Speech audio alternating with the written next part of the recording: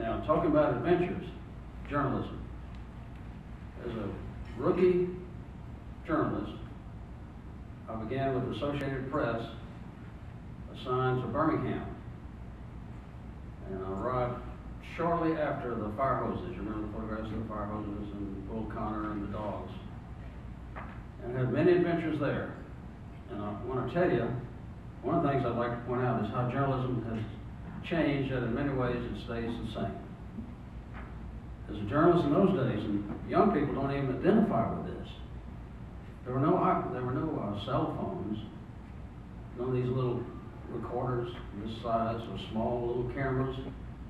This was one of my most important pieces of equipment, a roll of quarters. You ever heard of a telephone booth? I know y'all have. That was another good friend. But sometimes I had to run to it to beat the UPI reporter, the competition.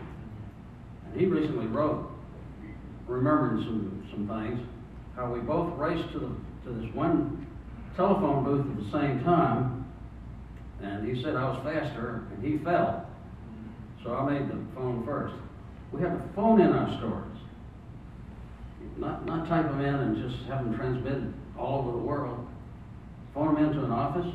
The office would look them over, edit, whatever, rewrite, whatever was needed to be done, and put it on the wire. Teletype machines. Amazing times. It was much slower in many respects.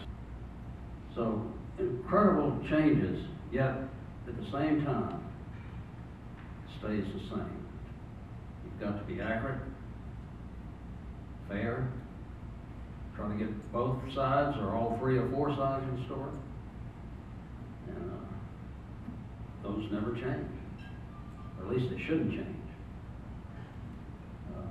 I'm afraid, in my opinion, that things have become a little bit too editorial these days, and so many people put in their own perspectives. But as an Associated Press writer, my orders were, get all sides of the story, don't get yourself into it, just be objective, be fair.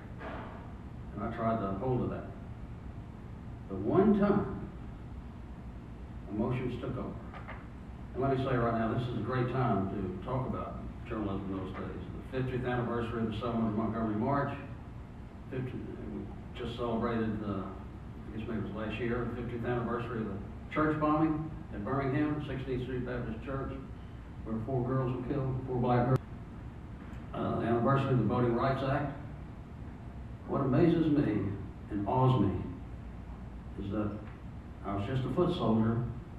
I played a very small part in being in that. I witnessed it, very small part. I want to make sure everyone understands right now. I was young, I was a rookie, I was not a superstar. I covered events and phoned them in to other people who became superstars, but that was my job, foot soldier. It also was dangerous, because I guess maybe we call us, there were a lot of young men, not many women in those days. We would be what you'd call today first responders. Jim, there's going to be a demonstration at such and such a place. We're gathering now. Get there. Phone in whatever happens. Now, if it turned into violent and big-time events, I'll phone in what happened as best as I can see it. And then, if it's big enough, in come the big names. That's the way it was at the church bombing, which is the most moving event of my life. Transforming September 15th, 1965. 4 black girls killed. A bomb was planted underneath the stairwell of 16th Street Baptist Church. My instructions were to go out there, Jim, and write about what you see. Write what you see. So I went there. I saw, of course, debris. I saw bricks everywhere, papers everywhere. To this day, I remember stepping on a piece of glass with blood on it and it crunching underneath me, and anytime that happens again, anything that crunches underneath my feet, I remember it well.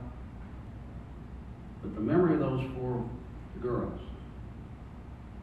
stays with me, and I kind of dedicate myself in my servanthood to them.